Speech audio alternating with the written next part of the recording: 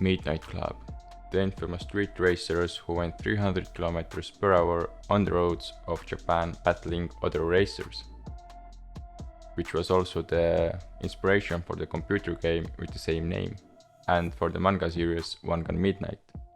They have been street racing from the 80s and have since been known as one of the fastest and one of the most well-known street racers ever in Japan. But did they disband or are they still out there? They are a little bit mysterious and not too much is known about the club. Thankfully, they have been featured in Japanese magazines like Autoworks, Carboy, Option and so on.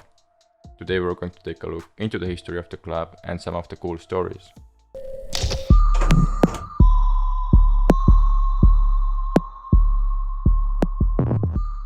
Midnight Club is a team of underground racers who battled other street racers, driving from one checkpoint to another while on top speed for 10 to 30 minutes straight with usually very heavily tuned cars.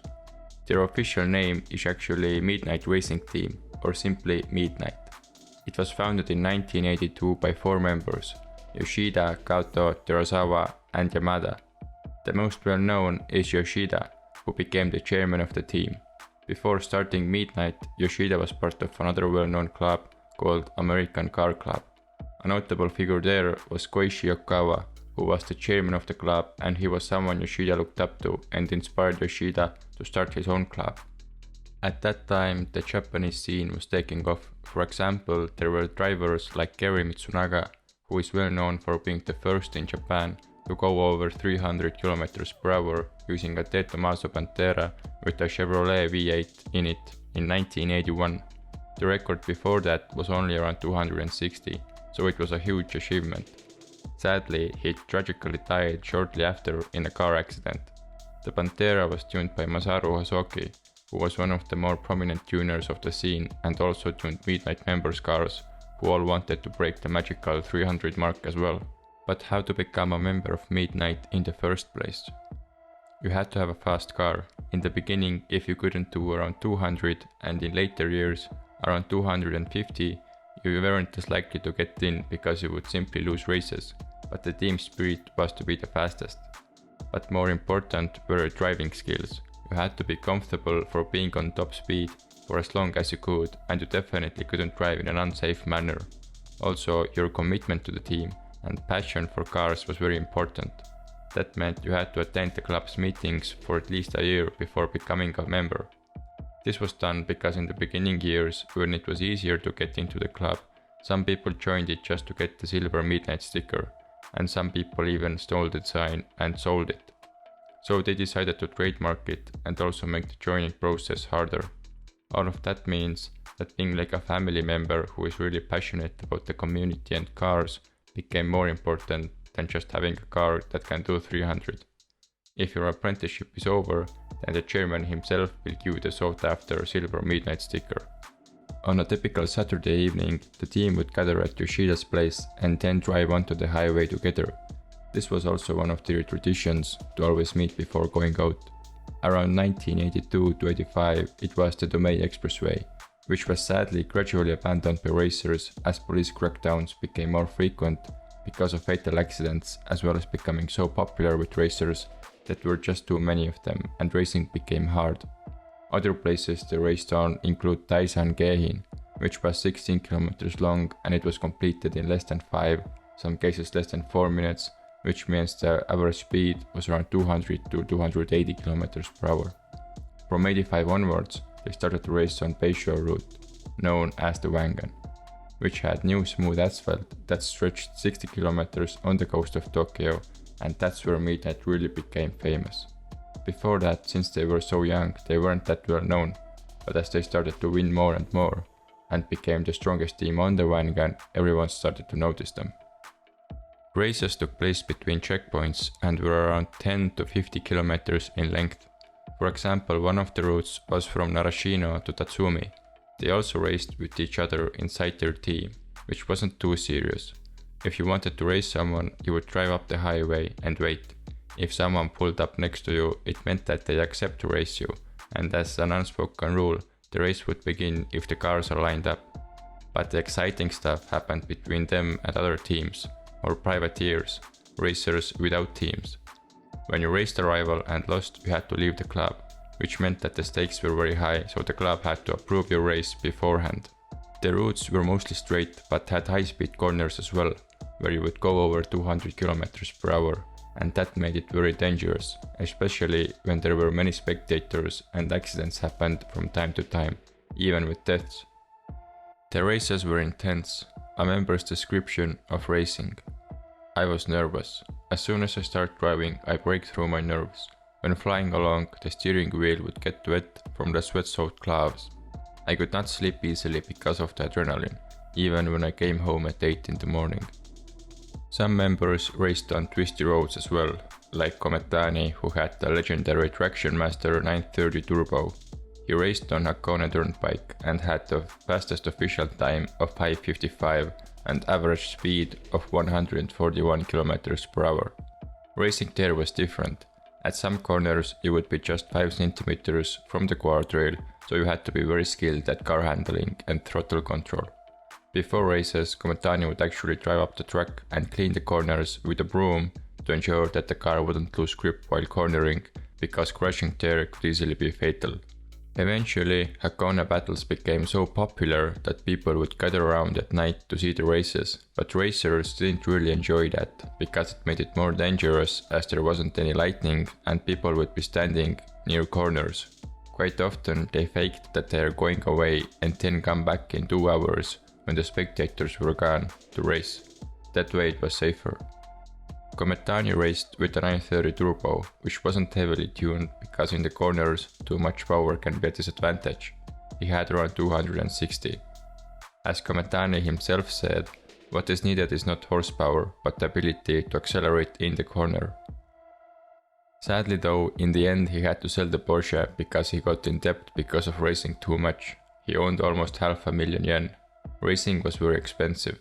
They refueled twice per night and one set of tires lasted only a month. Another fun fact is that since they raced at nights, they would sometimes pack a fresh pair of clothes in the car to go to work with in the morning straight after racing. Now if you need a fresh pair of clothes, then we have just released some new hoodies and t-shirts. I'm wearing the Widowmaker hoodie myself, inspired by the 930 Turbo of course. Then we also have a t-shirt with a Supra, Skyline and a Fair Lady. Then we have a Lancia Stratus hoodie and we have a decal style hoodie design as well. If you like our content and want to support us, then don't forget to pick something up from the store. I will leave a link down in description. Cars of Midnight Club. They had a wide variety, but there were 2 dominant brands and models, which were the Porsche 911 and Nissan GT-R. They had a friendly rivalry going on, but in the early days, since the members were previously connected to American Car Club, they even had Pontiacs and Chevrolets. They also had Mercedes-Benz S-Class AMG, there has been a BMW, a few Ferraris and Lambos, then Japanese legends like the Supra Fair Ladies, RX-7, NSX, and since they had crazy good tuners, there were also some weird things, like the modified Honda Today and Lotus Europa, that were made by the tuner Amemia. But the most legendary car of the club is Yoshida's 930 Turbo, which was a 1979 model. And the appeal of Porsches was very high at that time for different reasons. Porsche was also a serious player at various sports car races like Le Mans, which gave it a good reputation for speed and reliability. Thanks to the appeal, it also had a big community of tuners, which made modifying it easier. The overall build of the 930 was also very capable and packed great potential for tuning. Combining the light body with an air-cooled flat-six engine and the turbocharger made the car go over 260 without breaking a sweat, and the Porsche quickly became a top choice for serious highway racers. Yoshida's car did a top speed of 308 officially, but due to the engine blowing up multiple times, it never went as fast in official measurements as it did on the streets. His goal was 340. On the highways it went at least 320 km per hour, and on higher octane fuel in Germany it supposedly was even faster than that. It was said that when accelerating the car sounded like a jet engine, and it was hard not to hear it coming your way and zooming right past. For the tune of his 930, Yoshida actually got help from Porsche themselves. He got it shipped to Germany a couple of times and Porsche mechanics worked on his car, applying their racing know-how from building cars like the 934 and 935, upgrading everything from the brakes to the steering wheel. Only thing that was left mostly untouched was the body itself, with some additions to the front bumper to allow better brake cooling, and also some NACA ducts instead of the rear side window. The interior was fitted with the roll bar and other bucket seats. The dash was also upgraded with different gauges. In the end, because of the swapped parts, it was like a wolf in sheep's clothing, a 930 turbo from the outside and almost a Porsche Works race car in the inside. The other massively famous car is the ABR Hosoki S130Z. ABR stands for Air Breathing Research and Hosoki was the tuner, one of the best in Japan. The car's internals and looks were massively modified. The paint, for example, was actually Ferrari Rosso Corsa. The body kit was ABR Aero kit. The engine was inline-6 with twin turbos making way over 600 horsepower. If you want to know the full specs of both of these cars, then check out some of the articles, I will leave a link below.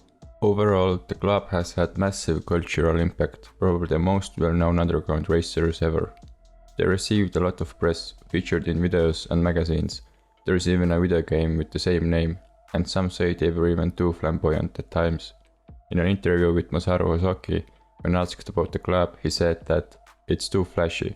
They like the publicity, to be seen by young kids, to be in magazines. Midnight matches society's expectations in that way. Perhaps the biggest cultural impact has been through the manga series Wangan Midnight, for which Midnight was the inspiration, along with Yoshida's Porsche and the Red Fair Lady. The Z cars in general had a strong cult-like following, as told by a member who owns multiple. I like Z, I've been running only the Fair Lady Z since the S130Z, I just can't part from them. Honestly, it's difficult to maintain two expensive cars with my current occupation. On average, I can't waste more than 150 yen a day.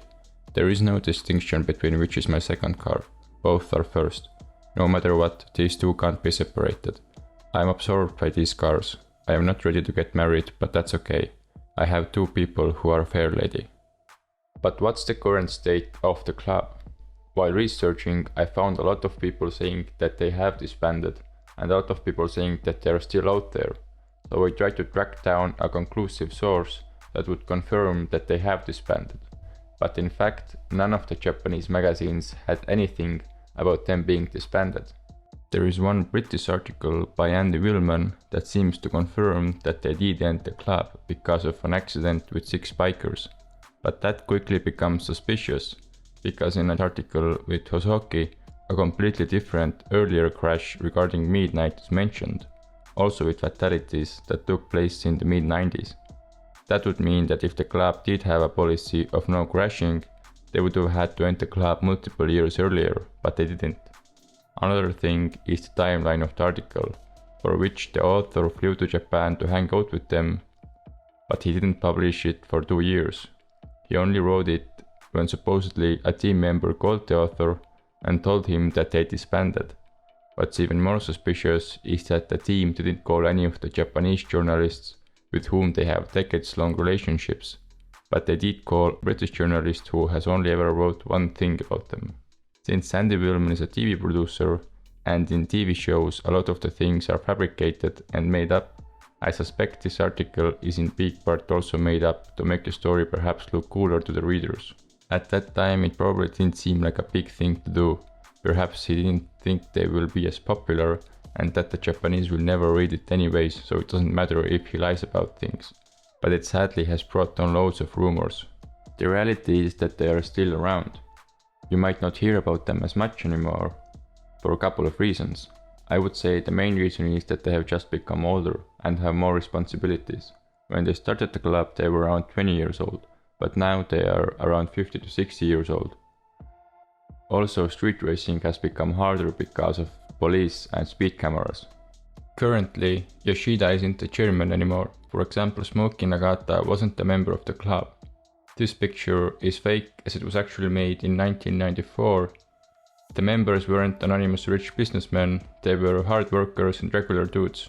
Kometani's jobs included truck driving, for example.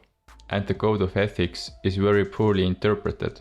They are quite serious about who they accept, and the club has a strict hierarchy between members. That means apprentices, regular members, advisors, vice chairman and the chairman.